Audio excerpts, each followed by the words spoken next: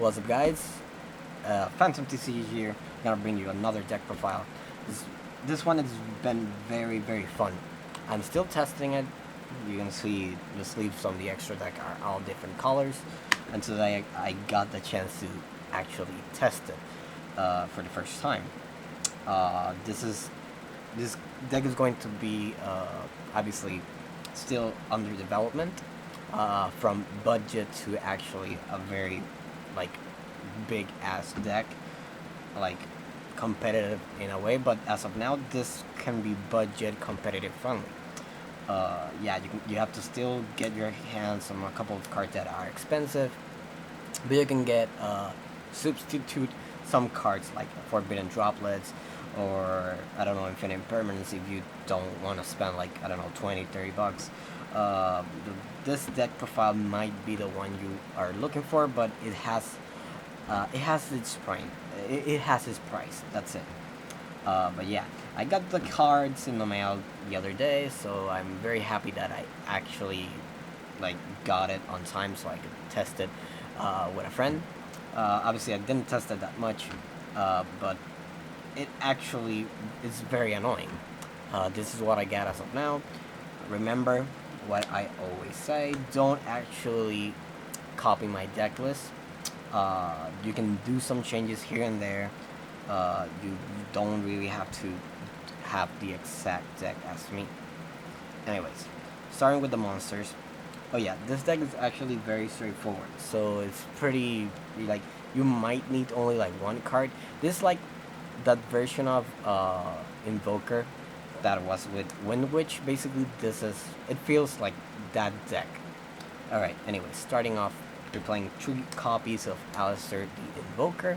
Very self-explanatory. I'm not going to go in depth with his effect because he's very straightforward. Normal summon or flip, and search invocation and discard, and a fusion gets 1k. Next, for the other engine, I'm gonna put it like this so you can, if you want, you can take a picture of it. Alright, there you go.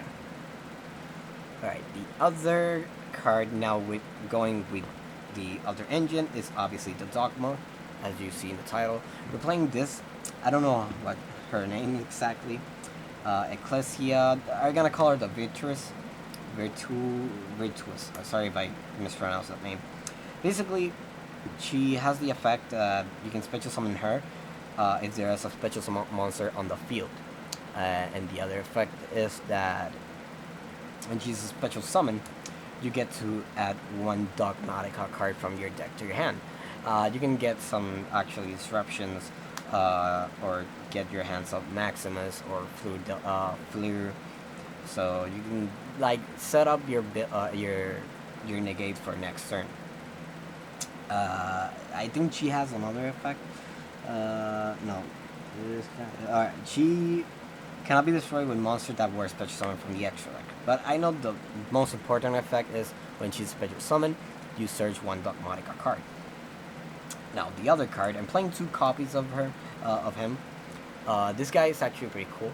Let me see if I can adjust so the glare of my light does not annoy you. Anyways, we're playing 2 copies of him. He basically is like an effect veiler that gets special summon, and it's very annoying. You normally search this with this chick. His other effect is when he's on the field and a Dogmatika attacks, you get to all your Dogmatika monsters get 500. So yeah, it basically bumps your monsters. And obviously you get to special summon hand during the main phase. This is actually a very good disruption. Sorry that the light is actually bothering you. I don't know where to put the cards. Anyway, it's gonna put it in here. So yeah. Alright, next we're playing 1 Maximus. You can banish, his effect is you can banish 1 Fusion, Synchro, XYZ, or Link from the graveyard and special summon him. The other effect is when this card is special summoned, during your main phase, you get to send 2 monsters with different names from your extra deck to the graveyard, and your opponent does the same. So your opponent must send 2 cards, and yeah. For the rest of the turn, you cannot switch summon monster from the extra deck, but you're normally going to be doing your Aleister plays and stuff first, and then going into this. This is basically your backup in case some weird shit happens. Basically, that's it. 9 monsters that are actually going to be of play. This is, like I said, this is basically Wind Witch Invoke. Right, this card is debatable. You can play something else, but I'm playing the spellbook engine. I really like this since all monsters are spellcaster. All dogma monsters are spellcasters. You can basically just knowledge and get 2 cards. Obviously, you're normally going to be doing that with Aleister. You don't really want to do it with a dogmatic monster, but in case some weird shit happens, you can just actually just do it with a dogmatic monster. Same thing. You can normal summon this. Your dogmatic monster will get will normally be special summons. So basically, having an extra normal summon that will get you 2 extra cards is actually pretty okay. So you can tend the deck pretty fast. All right. Now going with a bunch of other cards that are very staple. Playing 3 Ash Blossoms. 3 Ash Blossoms, 2 Ghost Ogres, 2 Effect Veilers, and triple PSI frame Gamma with the driver. Like I said, this is a very hand trap heavy. This can be something else. I'm still debating on playing this main deck or side deck, but this can be literally any other hand trap you want. You can bump Ghost Ogre to 3. The reason I play 2 and 2 is because, well, this is once per turn. Same with Ash, but it really doesn't bother me open multiples. Sometimes it does, but opening like literally multiple hand traps with any normal monster is actually very annoying. But yeah, this is debatable. You can play something else depending on the meta of your locals or the actual meta out of YCS or something. So you can basically get rid of this and put something else or run it on the side deck. But as of now, yeah, it's actually pretty good, a pretty good engine. Right, that said, with the monsters, we're playing a lot of monsters, like I said. Now, with the spells, we're playing obviously triple meltdown, such as your Aleister, your 2 invocations. The reason I don't play 3 because I don't want to see multiples in my hand. I really want to search this card out of Aleister. I really don't want to open this card at all, unless if I open it, well, yeah, cool. At least I have something else to play and don't have multiples in my hand.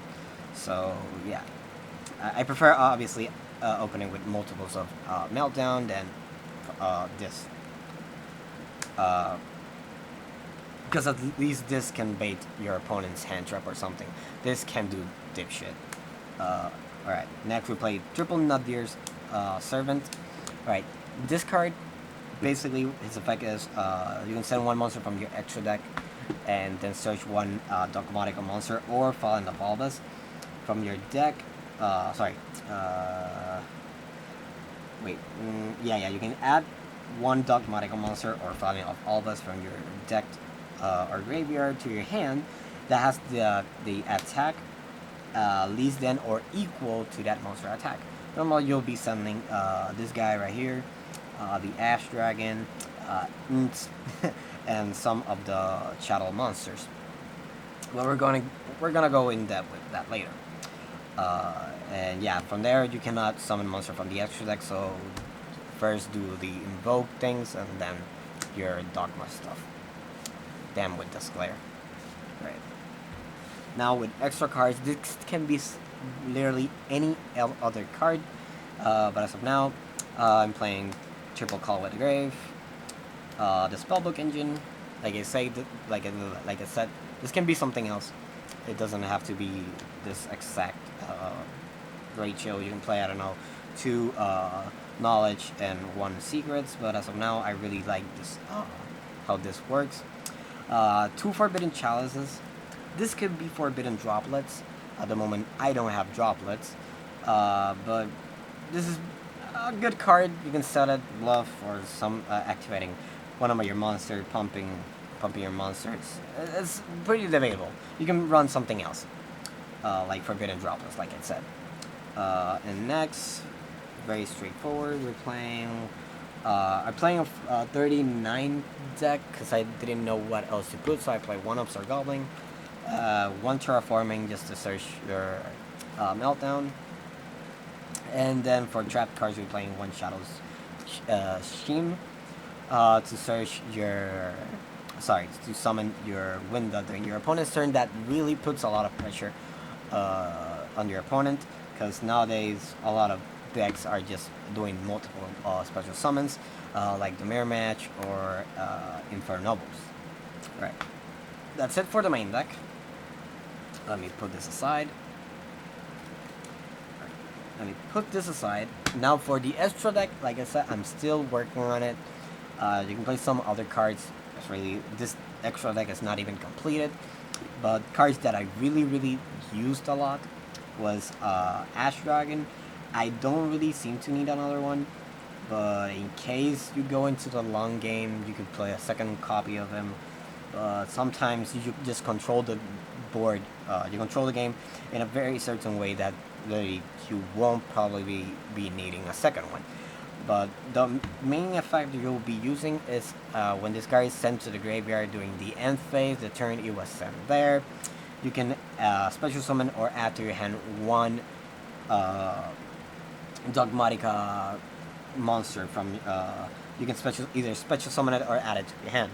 So in case some weird shit happen, your opponent asks your nadir, well, during the end phase you get to summon this check right here. This check will get you another card. So yeah, basically that's it. Next we're playing one one elder entity. Basically pops something on the field. Like if you're going second, this card will help you a lot. I'm playing one copy because really I don't seem to play it. I don't really see the need to play a second copy. Next we play the shaddoll cards. We're playing one winda, one alkapollone, and two construct. Basically, you ditch alkapollone effect, search your shaddoll trap card, and ditch it. Then, when you summon your